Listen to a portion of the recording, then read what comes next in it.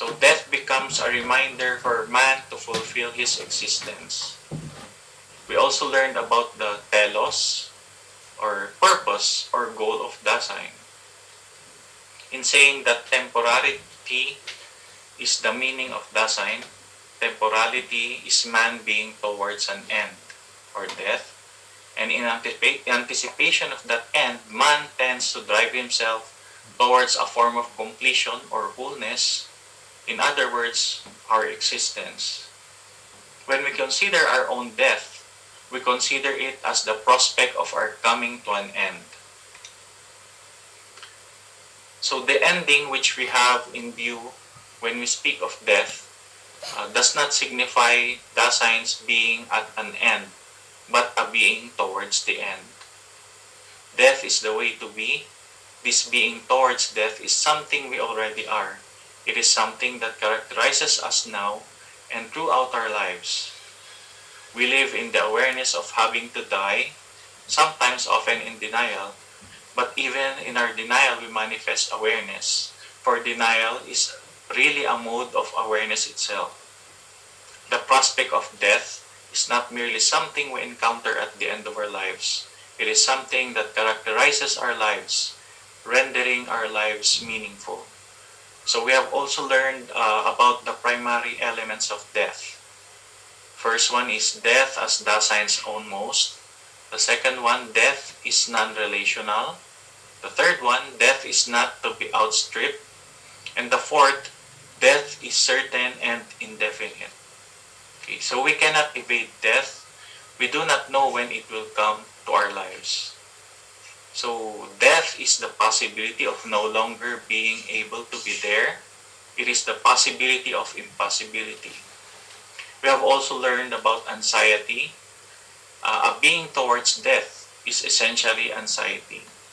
The fear of death is a feature, not of death as such, but of death as impending. A while ago, we have learned about the analogy of the hammer and also the analogy of the ship. According to Heidegger, it is through anticipation of death that we are finally freed to fully live our lives. Death orients us to actualize our potentialities, to set up our priorities in our daily lives.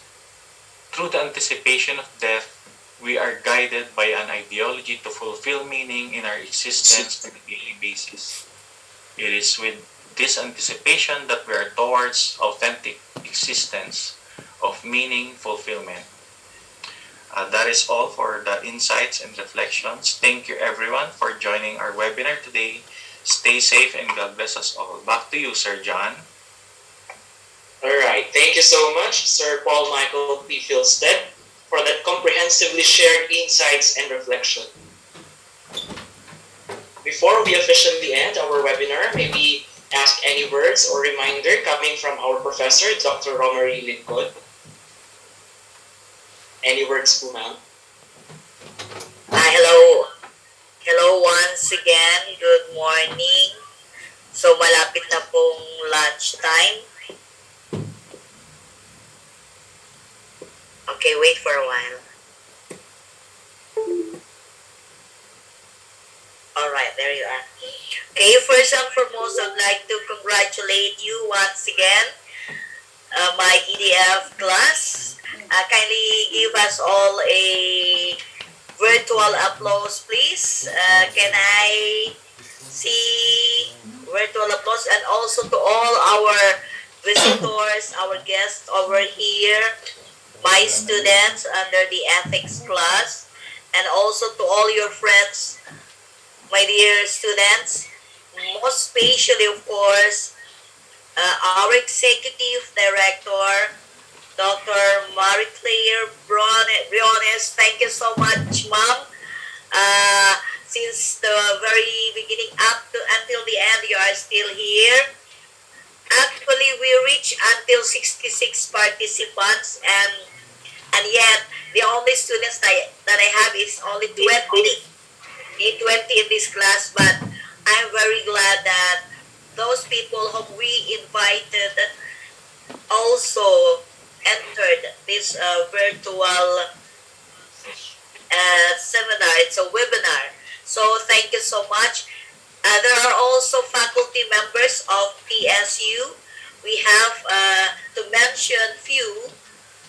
I have seen here Ma'am Erna Salazar, and then Ma'am Christy Marie Dalisay, and then Sir Melchor, actually nakalagay dyan, Omalaw, Sir Melchor Orfelia was actually my former classmate in political science. Thank you, Sir Melchor. And also Sir Ricky Tim Season and other Dr. Randy Ventayen. Thank you too. And a former faculty member also from this, we have Ma'am MG. MG Kagiwa, Josefa, ayan. Thank you so much. And all other visitors, thank you. At least we have learned something and about our purpose, the essence of our existence, okay? The purpose of life. Ayan. Why are we here? And thank you to Father R.V. Soriano. Parang pinag-mix ko na yan. Ayan. Father Soriano, thank you so much for that very so informative topic that you have shared. Biruin ninyo, pinag-usapan natin dito about our death. So right now, I may say that I'm ready to die. It's just a matter on how you're going to accept your death. Kasi lahat naman tayo doon din po patutungo. Ayan, unahan lamang, karirahan lamang kung sino yung mauuna, sino yung mahuhuli. So, ang need lang natin gawin sa ngayon is just keep on praying that if possible, okay, God will still have to give us an extension of our life. Na wag naman yung agad-agad na kukunin tayo, yung agad-agad na yung biglaan na lang. Kasi that's really what's happening. Yung kausap mo lang ngayon, and then, pinumagahan, wala na. Okay? Mga unexpected death talaga. So, yung nangyayari talaga, kaya nga, from the question of Sir Melchor, nakita ko yung experience niya. And that is really what's happening. And so, it's really true that life is too short. So, while we are still here, while we are still hot, let us enjoy life. Okay? Huwag po tayo maging madamot sa sarili natin at huwag din po madamot para sa ibang tao. Let us always say, I love you. Diba, Ma'am Helen, sabi niya kanina, always say, I love you to your parents, to your brothers, sisters, to your siblings. Yes, and to all your friends, always say, I love you. Dahil hindi mo alam, okay, kung na pala yung last, okay, tayo na sasabihin mo, you love that person. Okay? So, guys, God bless everyone. Keep safe po. And let us just keep on praying po na sana malampasan po natin itong pandemic na ito po. Ayan, congratulations guys. And I mean to say everyone, okay? Never use the word guys, okay? But everyone, thank you. Bago po tayo mag-leave, may I request po, kasi yung nakikita ko po rito na evaluation link po, ayan, you still need to scan. Baka po yung mga estudyante po natin is mahihirapan po. If you have the link po, i-share na lang po ninyo sa chat box po yung link para i-click na lamang po nila mismo yung link at magiging madali po sa kanila yung pag-i-evaluate po. The purpose actually of this evaluation link is it's not just to evaluate the webinar but also for e-certificate purposes po siya. Ayan po. So, yung mga hindi po enroll sa PSU Open University Systems, we are inviting you. Next week will be our enrollment period. So, please come and visit our university. talagang you will enjoy being part of the Open University systems. So yung mga friends po ninyo, please invite them also to enroll in our university. So we have actually not OUS, we also have SAS kung medyo mas malapit kayo sa Ordaneta, then go to PSU Ordaneta.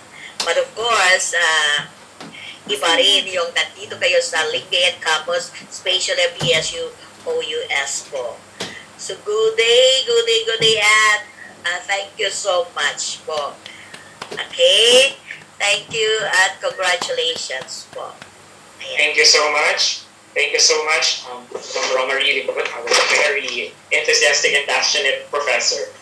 May I also express my heartfelt gratitude to our Executive Director, Dr. Marie-Claire B. Briones, for sharing with us her very precious time, and of course to our Deputy Director for Academics, Research and Extension, Dr. Philip Queroda,